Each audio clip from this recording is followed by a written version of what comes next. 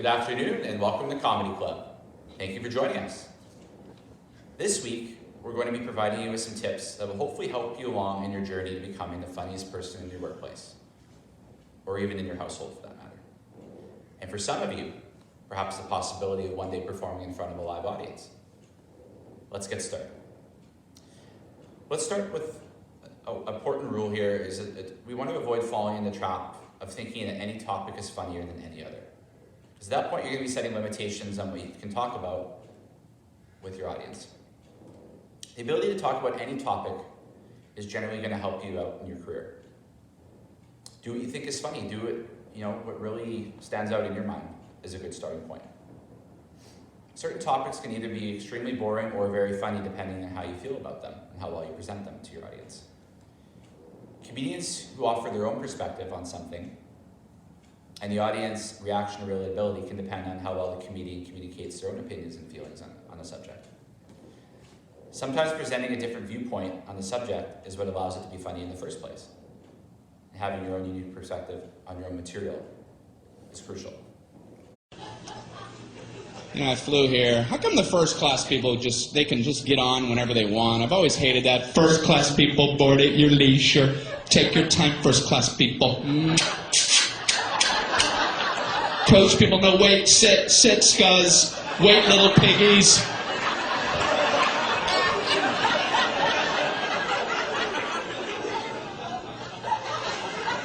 So when you do get on, the first class people, they're already sitting there. They're all sprawled out in their big thrones. Bring me the head of a pig.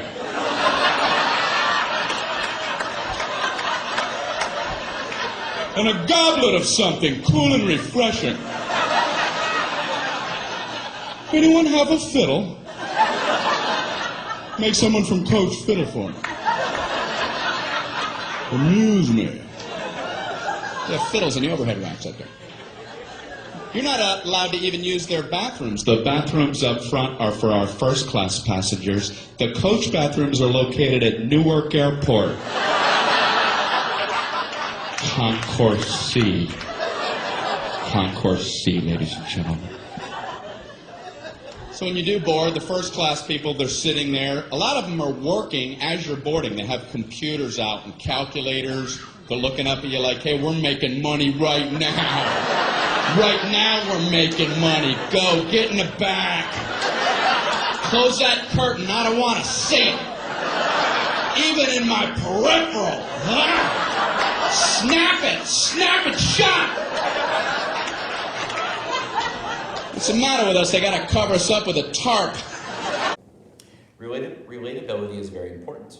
A comedian like Ray Romano does an excellent job at communicating his own personal stories about his family and his upbringing and the personal problems that sometimes comes along with that. And he presents it in a very humorous way. Even if it's on an indirect level, meaning that it's not necessarily something that affects us now, this is still something that we can identify with and appreciate. There's certain comedians that drive off an audience's sense of empathy and compassion, and that's where we get into more self-deprecating type of comedy. This is something that comedian Jim Gaffigan excels at and has really become his trademark at this point in his career. Food. I like food. Well, I like to eat food. This may not surprise you by looking at me. After all, I am overweight. Most Americans are overweight. Depending on which study you've read, or in my case, which you pretend to have read, 70% of Americans are overweight. 70%. That's most of us. If that many Americans are overweight, shouldn't we just adjust the weight norm? I mean, this is America. And we set our mind to something, we can do it. If you've ever walked through a medieval castle or a colonial home, you can tell by the doorways that humans have gotten taller. So now we've gotten heavier, way heavier. Wouldn't adjusting the American weight norm be easier than 3/4 of this huge country losing weight? I know I'm not going to lose weight. I don't have time. I have 5 young children. I tour the country doing stand-up comedy. I act in independent films nobody sees. And I do these CBS Sunday morning commentaries that people take way too seriously and attack me for on social media. Combine all these activities with my major commitment to what only can be described as violent, abusive eating, I don't have time to lose weight. I don't have time, but more importantly, I don't have the interest. So if 70% of Americans are overweight, that must mean that 30% are underweight. What about these people? These poor, thin, healthy people.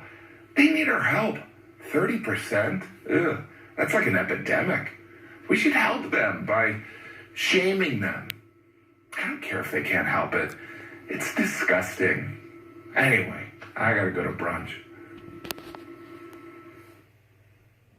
There's comedian Jerry Seinfeld, who's a wonderful example of an observational comic, who offers his own unique perspective of what's going on in the world around us, but does it in a way that surpasses what anyone would ever expect to see at a local coffee house or a comedy club.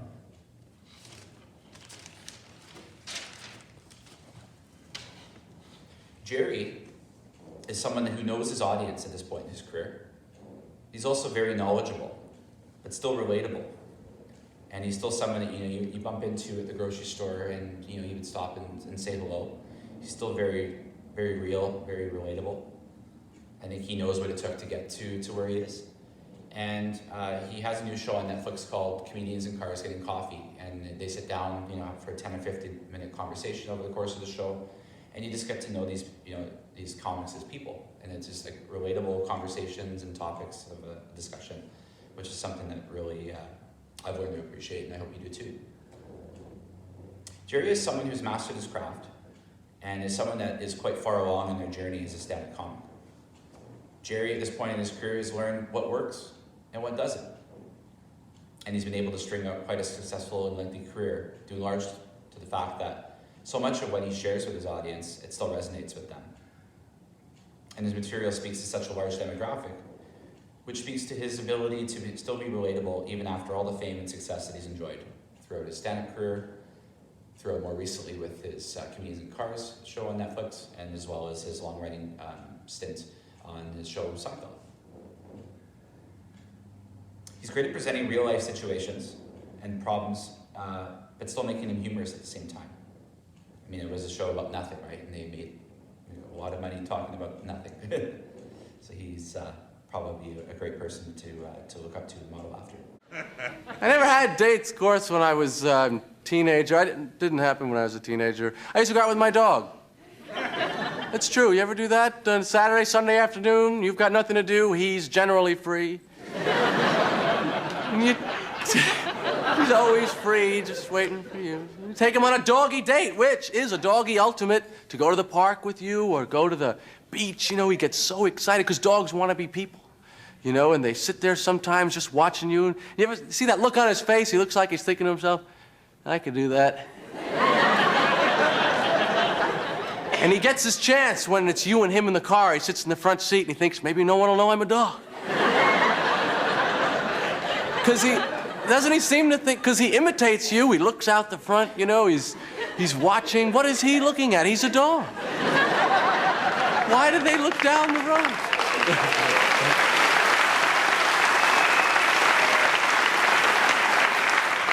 You could drive by anything, 6-car pileup, the only thing he looks at is another dog.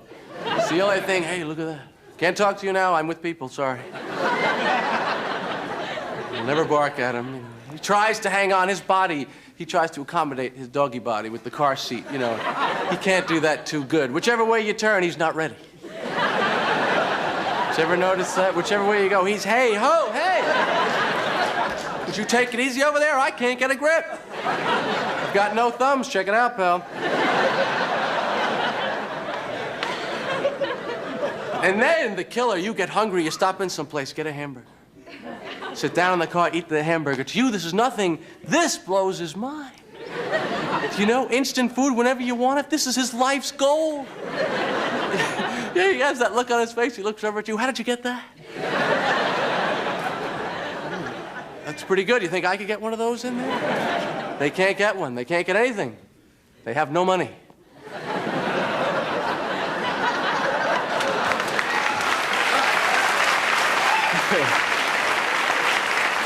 Can you imagine? They spend their entire lives broke. And you know why they have no money? No pockets. That's the reason. They see change on the street, there's nothing they can do about it. Drives them crazy. He says, there's a quarter, I could have used it. If an animal had a pocket, then he could have money, he could advance himself economically, but no animal has a pocket, right? The kangaroo, but he's got short little arms, he can't get in the pocket.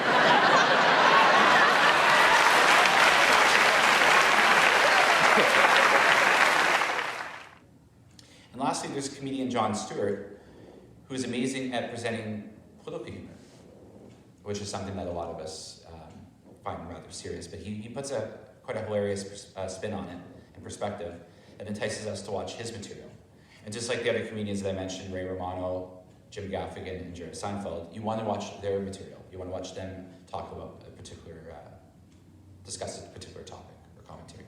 Hey, welcome to The Daily Show. My name is Jon Stewart. Jon Stewart is ending his 16-year run as host of The Daily Show. And throughout the years, there have been some rants, sad moments, and hysterically funny segments. We're counting down the top 7 iconic moments that will go down in Daily Show history. I got to work on my Obama. All right, I'm going to work on my Obama. Are you ready? Here we go. Yes, we can. You're telling them what a plane looks like? You could just tell 90% of your viewers, look out the airport window at the plane they're about to get on. I was not elected to serve one party. You were not elected.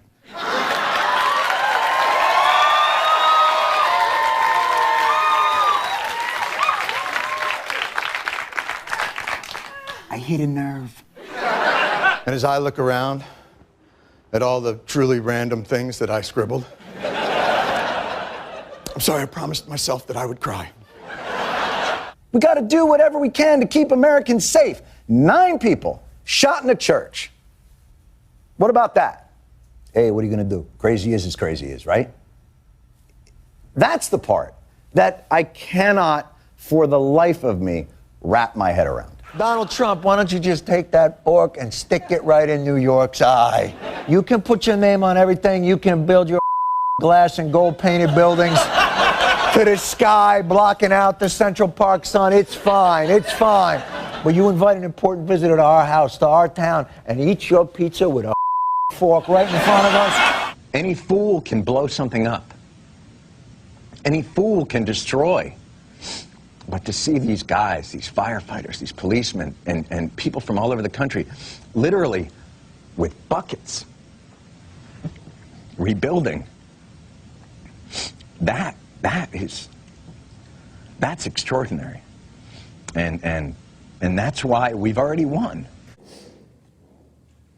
Comedians, as they develop the art form, they periodically become renowned for a particular joke, a type of delivery, a type of humor, such as observational, clean, self-deprecative, or political, as we just alluded to. And before we sign off for this week, I want to leave you here with a funny dad joke. You guys ready? What do you call a dad who sings and dances? Okay. Any guesses? A pop star. I'm going to leave you with that. I got nothing left after that. That's our video for this week, and I really want to invite you to tune in next week for new content. We hope that you enjoyed our first video, shared a couple of laughs, even if they're out of pity, and feel compelled to continue sharing your jokes with your friends and family. Keep on laughing out there. Have a great day, and please take care of yourself and stay safe and healthy.